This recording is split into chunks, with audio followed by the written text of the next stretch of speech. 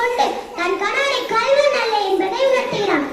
அரசனுக்கும் கண்ணைக்கும் நடக்க போற உரையாடலே இங்கு பாடமாக அமைந்துள்ளது. அரசே அரசே, நம் மனைமனை வாழ்முன் ஆயுத கண்களோடு தலையில் கோலத்தோடு ஒரு பெண் வந்து நிற்கிறாள்.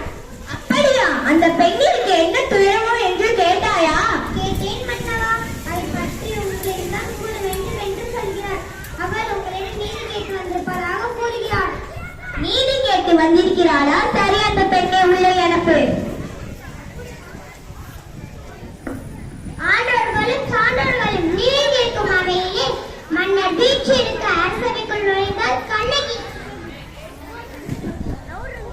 இலக்கோடி போன்ற பெண்ணை அழுத கண்டுடன் நீ காண வந்த காரணம் என்ன? நீ யார்? உனக்கு என்ன வேண்டும்?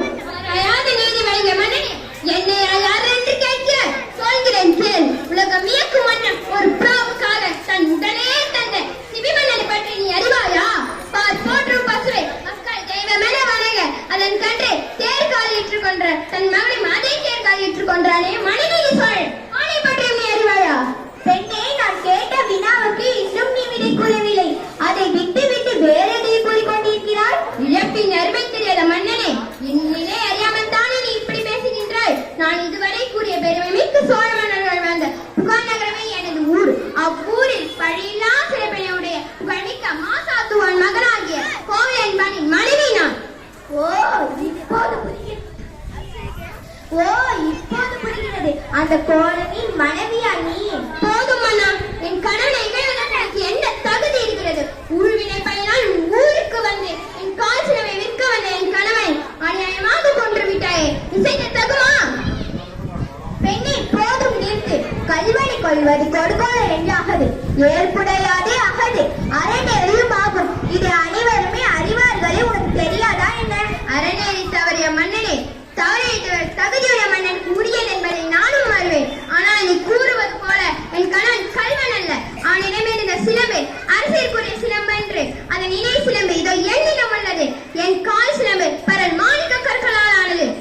பெண்ணே, நீ சொல்வது உண்மைதானால் உண்மையின் அரசிற்குரிய சிலமை பரல் முத்துக்களானது.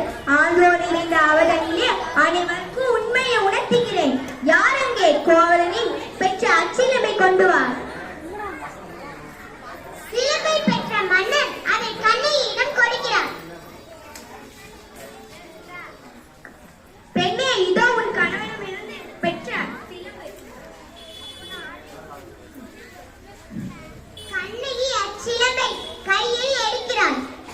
நீதி தவறாதவன் என்று உன்னை கூறிக்கொள்ளும் மன்னனே, ஒரு தவறும் செய்யாத என் கணவனை கொன்றது அறநெறிக்கு மெழுக்கு என்று நான் இதோ பேசுகிறேன். இங்கே பார். கண்ணகி அச்சிலம்பை எடுத்து தரையில் போட்டு உடைக்கிறாள். அதில் இருந்து மாணிக்க கல் ஒன்று அரசன் முகத்தில் பட்டு தெரித்து விழுகிறது.